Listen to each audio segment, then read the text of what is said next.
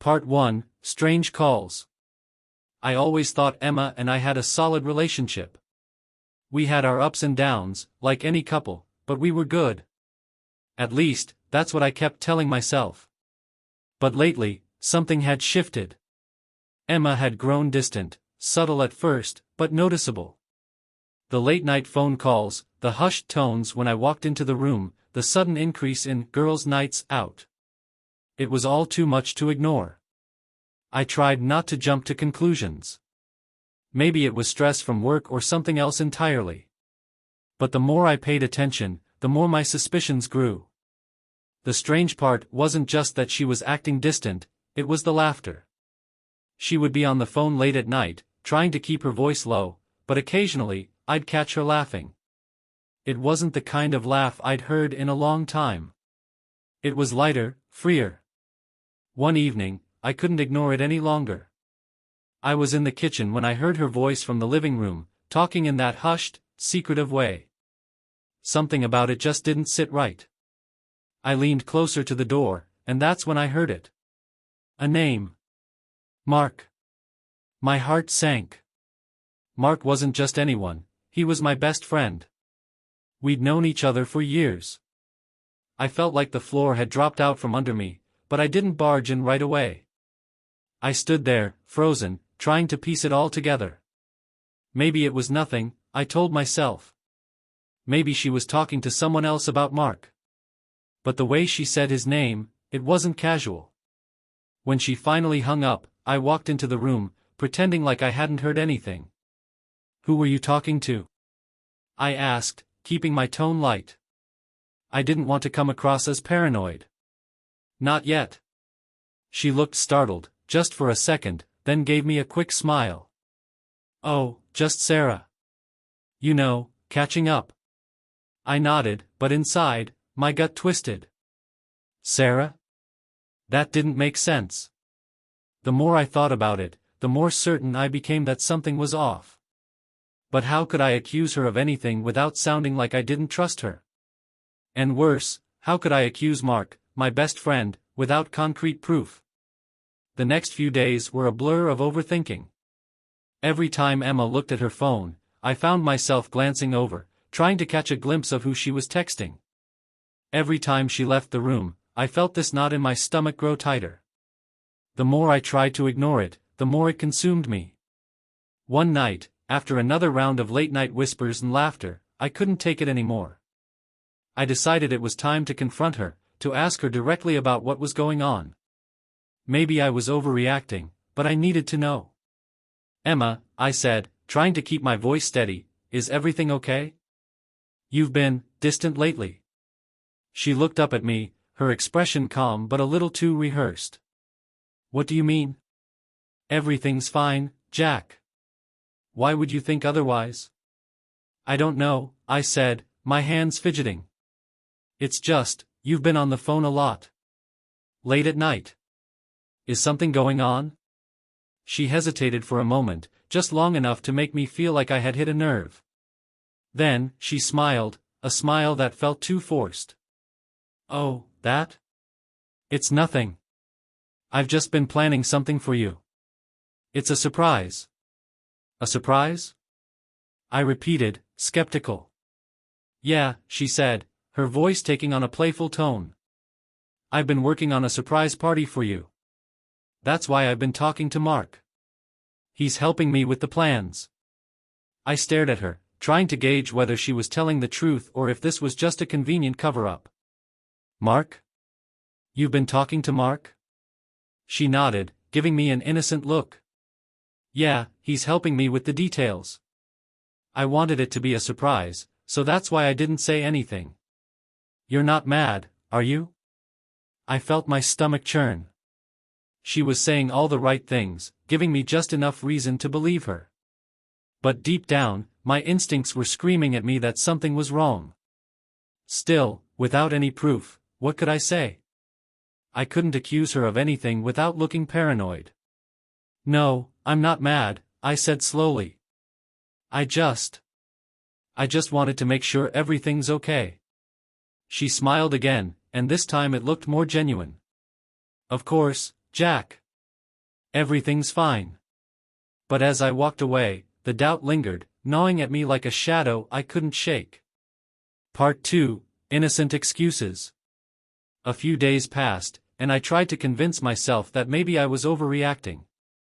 Maybe Emma really was planning a surprise party, and I was just being paranoid.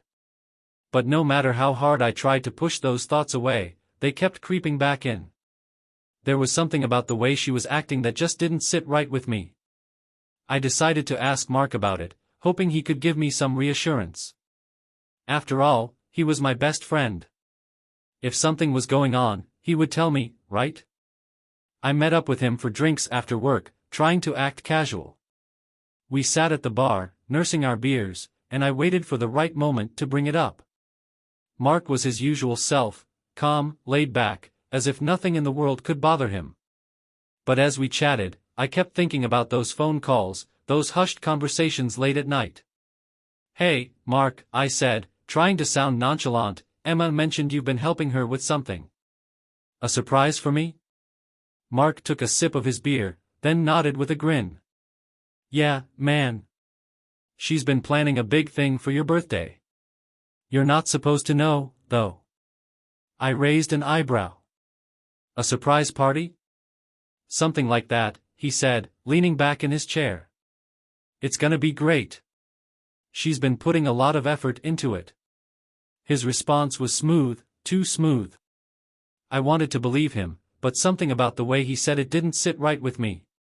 Was it my paranoia, or was he hiding something? "So you've been talking to her a lot lately?" I pressed, trying to keep my tone light. Mark shrugged. "Yeah, just helping out. It's no big deal."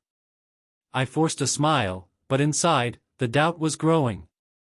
If this was all about a party, why did it feel like there was more going on?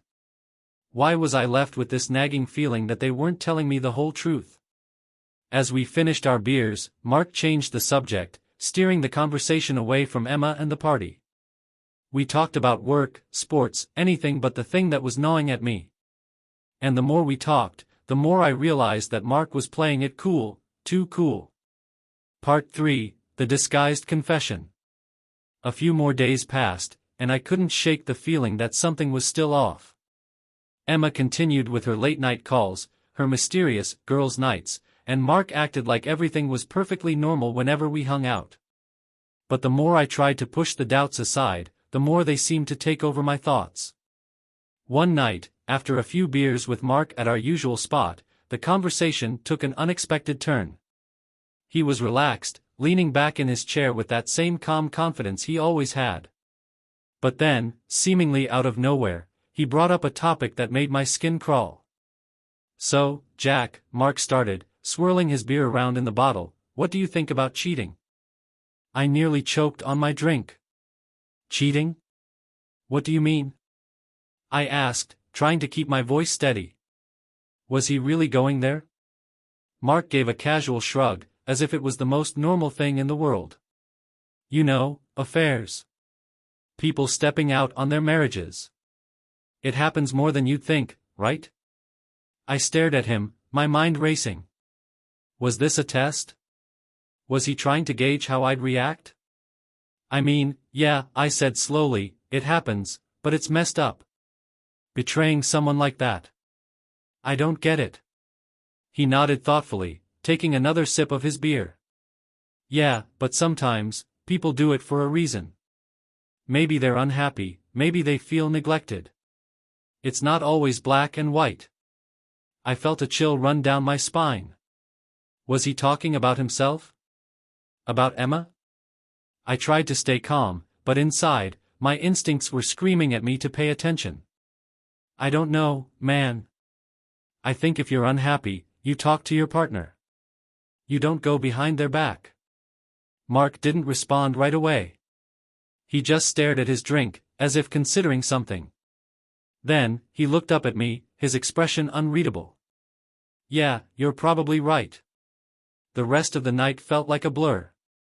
We talked about other things, but my mind kept circling back to that strange conversation. Why would he bring up something like that out of the blue? And why did it feel like he was trying to tell me something without actually saying it? When I got home, Emma was already asleep. I stood there for a long time, watching her, wondering if she was hiding something from me. The more I thought about it, the more I felt like the pieces were starting to come together, but I still didn't have any real proof. That night, I barely slept. My mind was racing with all the possibilities, all the scenarios where Emma and Mark could be lying to me, betraying me. But I kept telling myself I needed to be sure. I couldn't confront either of them without evidence, without knowing for certain that something was going on. Part 4, The Hidden Texts. The next morning, Emma was her usual self, acting like everything was perfectly normal. She kissed me goodbye before heading off to work, leaving me alone in the house with my thoughts. I told myself I needed to stop obsessing, but the doubts were too loud to ignore. That evening, Emma came home from work and immediately went to take a shower. As soon as I heard the water running, I felt my heart rate spike. Her phone was sitting on the kitchen counter, unlocked, just waiting for me. I hesitated for a moment, my conscience battling with my need for answers. But in the end, curiosity and suspicion won. I picked up the phone, my hands trembling. I scrolled through her messages, my pulse racing with every name I passed. Everything looked normal at first, conversations with friends, co-workers, family. But then I saw his name. Mark. I clicked on the conversation, my stomach in knots. As I scrolled through the messages, my worst fears were confirmed. They weren't explicit, but they didn't need to be. The tone of the texts was flirtatious, intimate, definitely not the kind of messages that should have been exchanged between my wife and my best friend. There were messages about meeting up, about how much they missed each other when they couldn't be together. And then there were the jokes, the inside references that clearly came from spending more time together than I'd realized. My heart pounded in my chest as I read one text from Mark, "Can't wait to see you this weekend." This weekend? Emma had told me she was going on a trip with her friends. My blood ran cold as the realization hit me, she wasn't going on a trip with her friends. She was planning to meet Mark. I put the phone down, my hands shaking. I had the proof now, the confirmation of everything I had been dreading. But strangely, instead of confronting her right away, I felt a sense of calm wash over me. I wasn't going to say anything just yet. I needed to see it with my own eyes. Part 5, Suspicious Plans. The next day, Emma casually told me about her weekend trip. She was going with some friends from work, she said. They were heading to a nearby city for a relaxing girls' weekend. She gave me all the details, where they were staying, what they were planning to do, and I nodded, pretending to believe every word. Sounds fun, I said, forcing a smile. You deserve a break. She smiled back, her eyes twinkling. Thanks, Jack. I'll be back Sunday night. I watched her pack her bags, my mind already forming a plan. She didn't suspect a thing. On the day she left, I waited until she was gone before grabbing my own things and getting into the car. I didn't need to guess where she was going, I had already checked her messages and knew exactly where to find her. She was meeting Mark at a hotel just outside the city. I drove in silence, my hands gripping the steering wheel tightly. Part of me wanted to turn around, to pretend like I hadn't seen those messages, to give her the benefit of the doubt. But the other part of me, the part that was sick of the lies, pushed me forward. When I arrived at the hotel, I parked my car a few blocks away and walked to the entrance. I spotted her car in the parking lot, and my heart sank. There it was, the final piece of evidence. I waited for a few minutes, gathering my thoughts, before walking inside. The lobby was quiet, and I made my way to the elevator, trying to keep my emotions in check. I didn't know what I was going to do when I saw them, but I knew I couldn't keep pretending anymore. I found their room easily enough, it was the same one mentioned in their messages. I stood outside the door for a moment, listening. I could hear voices inside, Emma's laugh, followed by Mark's deeper tone. They sounded so relaxed, so comfortable, like they didn't have a care in the world. My chest tightened with anger and betrayal, but I forced myself to stay calm. I wasn't going to storm in and lose control.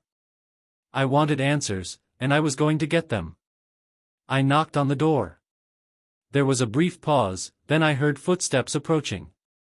The door swung open, and Mark stood there, his face instantly shifting from surprise to guilt. "Jack," he stammered. "What are you doing here?" Behind him, Emma stood frozen, her face pale as she realized what was happening.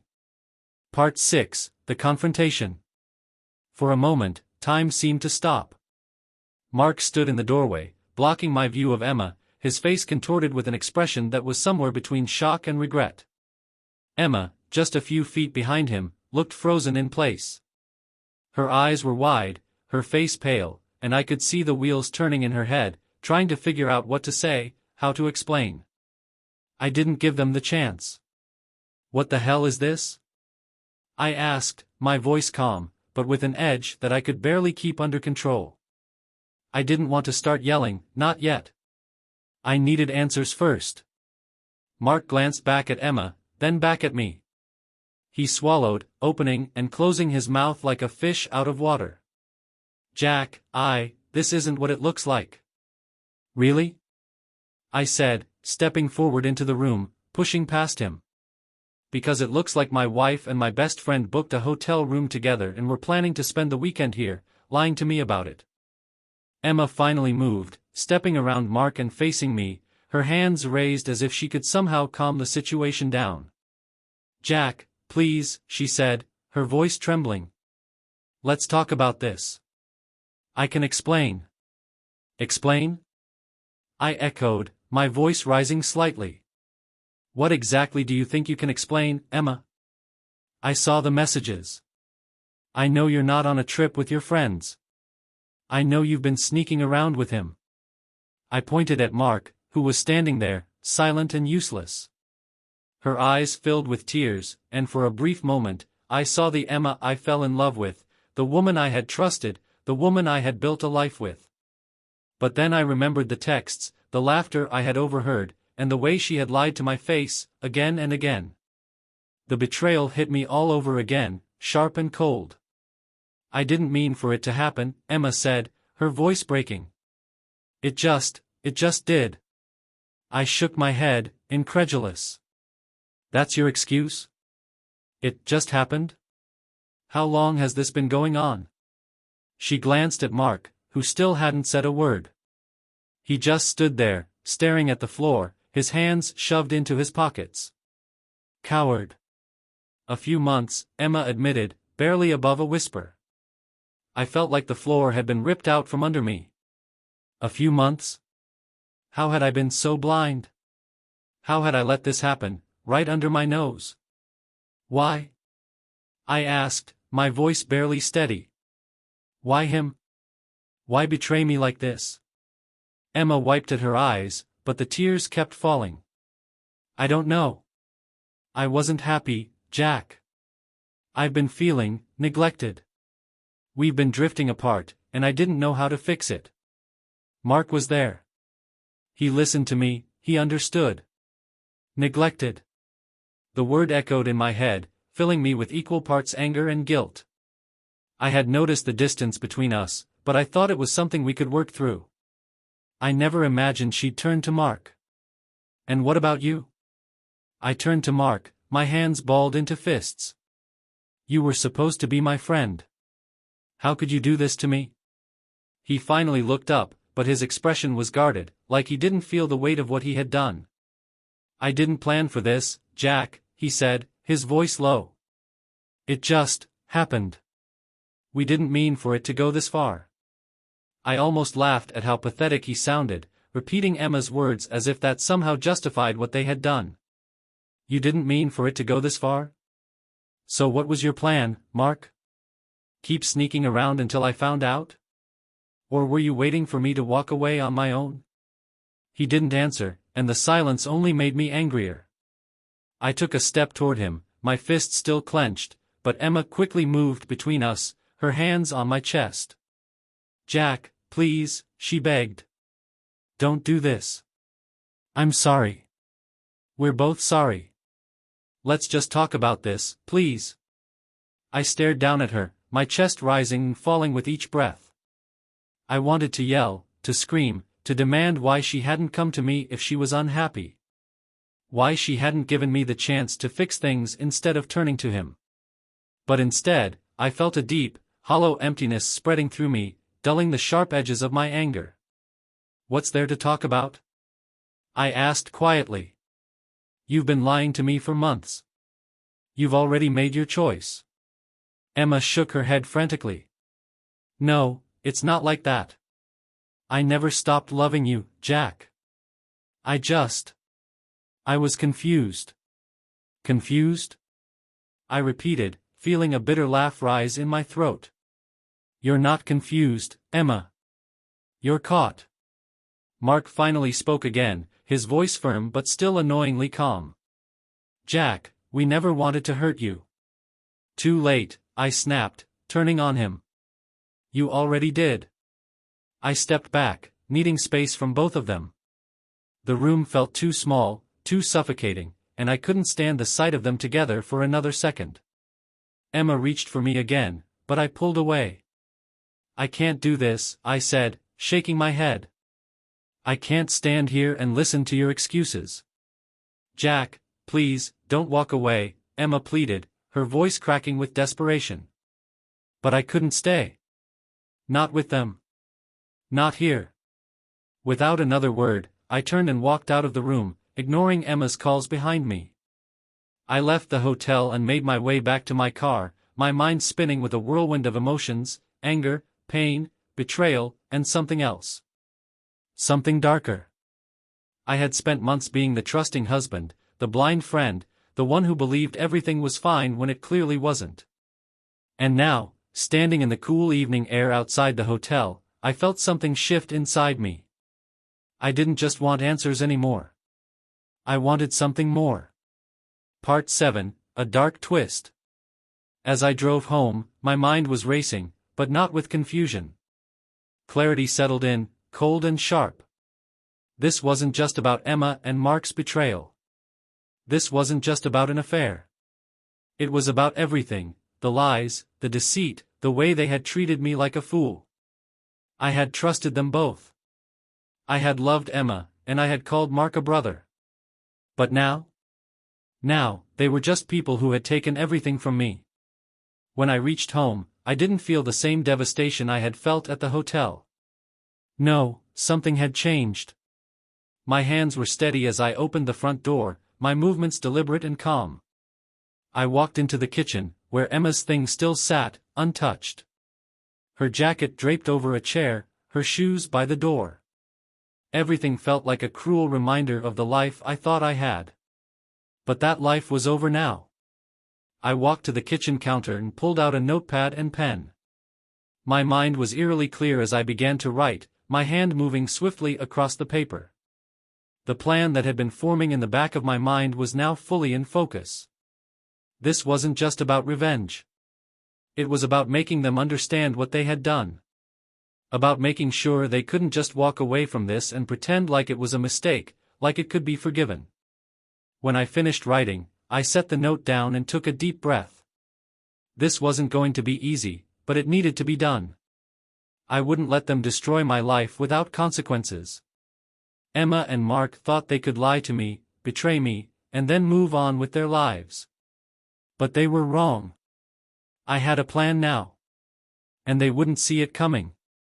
As I stood there in the kitchen, staring at the note I had written, the weight of everything began to press down on me. I had spent weeks, maybe even months, drowning in confusion and anger, but now that anger had settled into something more focused. I knew what I had to do, but even then, the full realization of my next steps still felt surreal. I sat down at the kitchen table, running my fingers through my hair, trying to keep my thoughts organized. My mind was running on autopilot, but it was also clear, coldly, disturbingly clear. They thought they could play me for a fool. Emma and Mark, two people I had trusted more than anyone, had turned their backs on me, treating my life, my marriage, like a joke. But this wasn't a joke to me. This wasn't something that would just go away with time. I wasn't going to let them walk away from this. Not without paying the price. But first, I had to be smart about this. I couldn't just react out of emotion. I needed a plan, one that was meticulous and thorough. I wasn't just going to lash out. No, they deserved something much more precise. I leaned back in my chair, feeling a strange calm wash over me as the pieces began to fall into place. The next day, I went about my business as if nothing had happened. I went to work, talked to my colleagues, and even managed to smile through a few meaningless conversations. No one had any idea what was brewing inside me.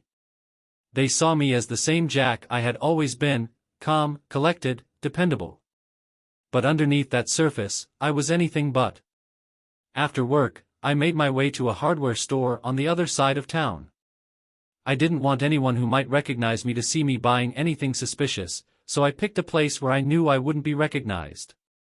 I walked up and down the aisles, carefully selecting the items I needed. Everything had to be just right. Duct tape. Rope. A crowbar. It all felt so strange, walking through the store as if I was picking up supplies for a home renovation project, but knowing deep down what they were really for. After I paid for everything, I loaded the items into the trunk of my car, my mind running through the plan over and over again. It had to be perfect. There was no room for mistakes. I drove home, pulling into the driveway just as the sun was beginning to set. The house looked the same as it always had, quiet, peaceful, the perfect suburban home. But now, it felt like a lie.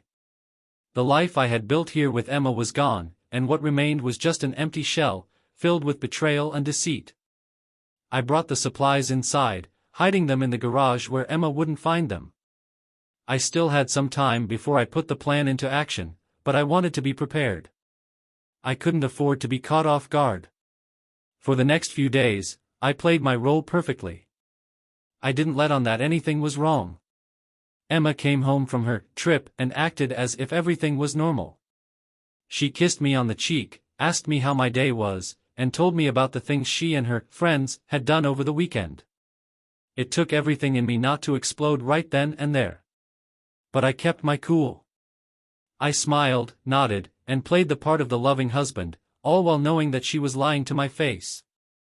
Every time she spoke, every time she touched me, it felt like another knife in my back. I couldn't wait for this to be over. Finally, the night came. I had planned everything down to the smallest detail, and now, it was time to put it into motion. Emma had told me she was going to have dinner with some friends from work. I didn't argue, didn't ask questions. I just smiled and told her to have a good time. As soon as she left, I went to the garage and gathered everything I had bought. I packed it all into the trunk of my car, making sure nothing was out of place. Then, I drove to the hotel where I knew they would be meeting. I had followed them once before, and I knew exactly where they liked to go. It was a small, out-of-the-way place, perfect for sneaking around without being noticed. But tonight, I would notice. Tonight, I would be the one waiting for them. I parked my car a few blocks away from the hotel, making sure I wasn't seen. Then, I made my way to the hotel on foot, keeping to the shadows, my heart pounding in my chest with anticipation. I wasn't nervous, though. I was ready. When I reached the hotel, I slipped around the back, finding a side entrance that led up to the rooms. I had been here before, scouting out the place, so I knew exactly where I was going. Room 205. That was their spot. I crept up the stairs, the hallway eerily quiet. My footsteps were silent, my breathing steady. When I reached the door to room 205, I paused for a moment, listening. I could hear muffled voices from inside, Emma and Mark, talking, laughing, completely unaware of what was about to happen. I pulled out the crowbar from my bag and wedged it under the door handle. With a quick, forceful motion, I popped the door open, the lock snapping with a quiet click.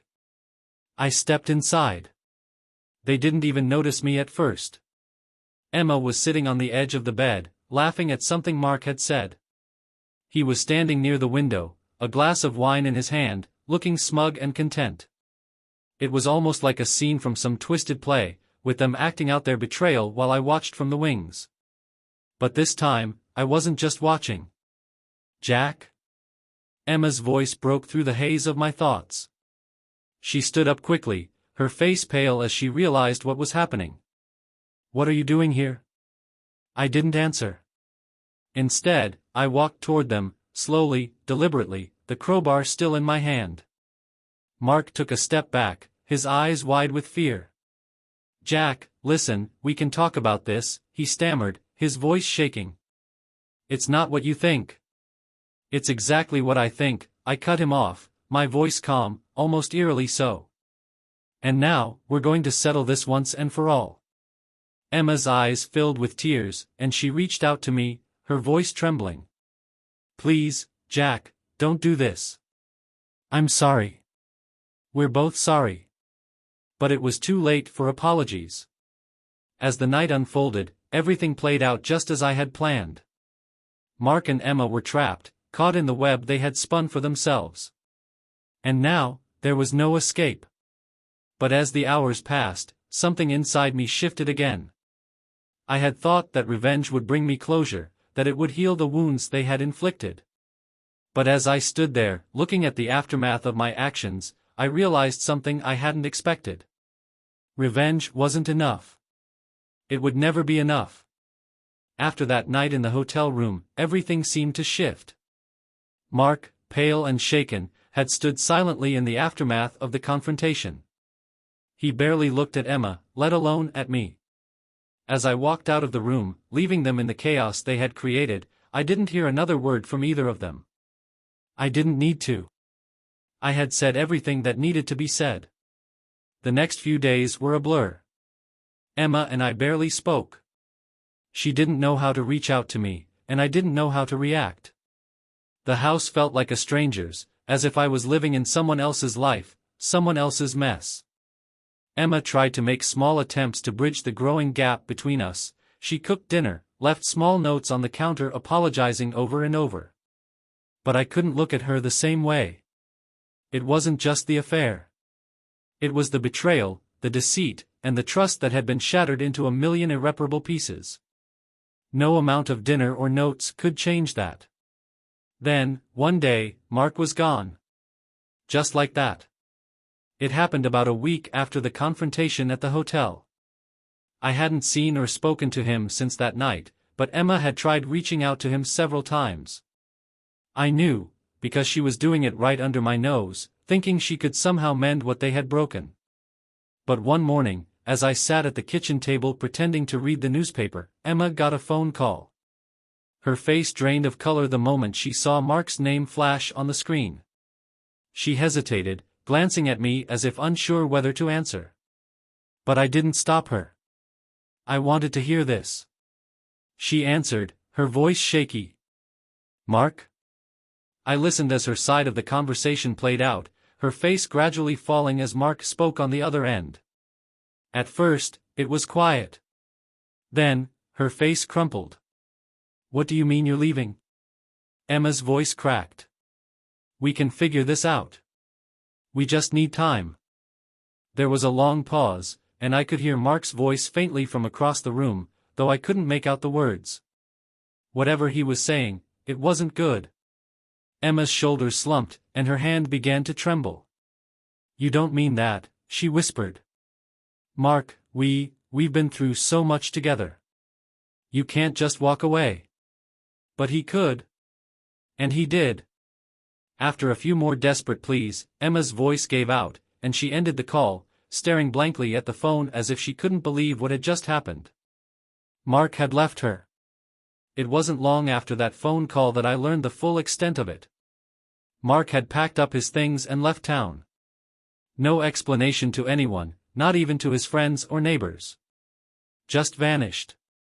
It was as if our confrontation had shaken something loose inside of him, and he realized that this, whatever he had with Emma, wasn't worth the trouble anymore.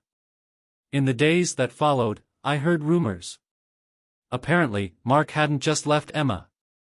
He had left everything behind, his job, his house, his life here.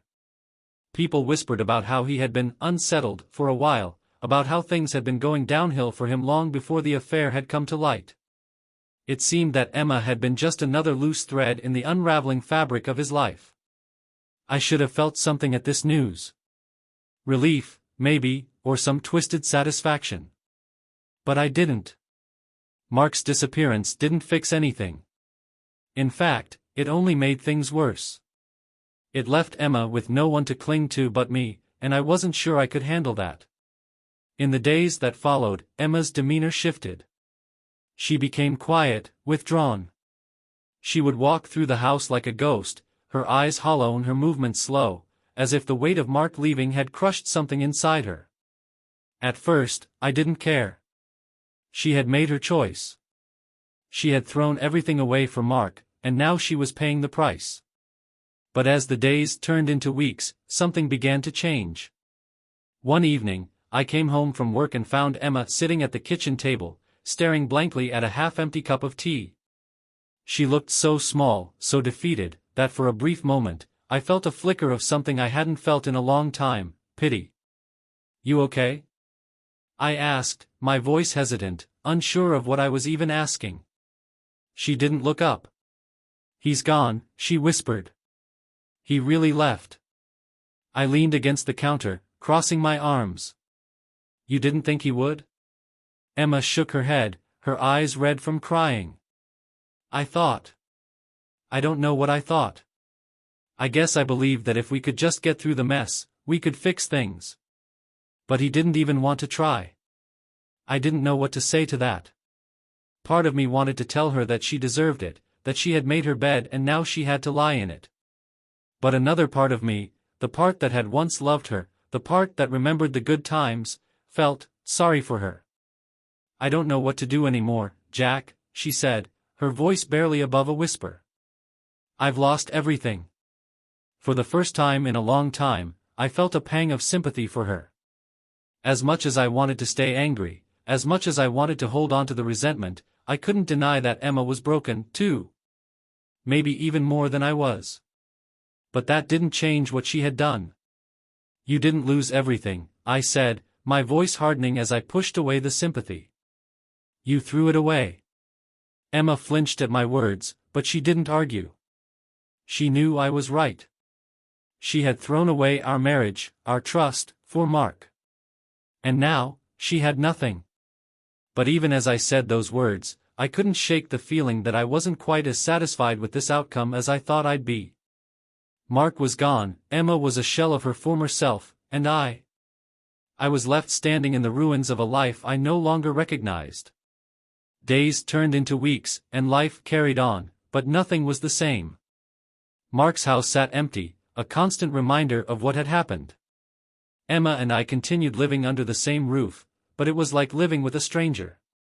We barely spoke, and when we did, the conversations were short, awkward, and filled with an unspoken tension. Sometimes, I would catch Emma staring out the window, looking over at Mark's abandoned house with a sad, distant look in her eyes. It was clear that she was mourning more than just the affair. She was mourning the fantasy she had built with him, the life she thought she could have had. But that fantasy was gone. Mark had made sure of that. And now, all that was left was us, trapped in a broken marriage that neither of us knew how to fix. One evening, as I sat on the couch flipping through channels, Emma came into the living room and sat down beside me. It was the closest we had been in weeks, and the air between us felt heavy with unspoken words. "Jack," she said quietly, "we can't keep going like this." I turned to look at her, surprised by the seriousness in her voice. "What do you mean?" She sighed, running a hand through her hair. "I know I messed up. I know I hurt you, and I know I probably don't deserve your forgiveness. But we can't keep living like this, like strangers."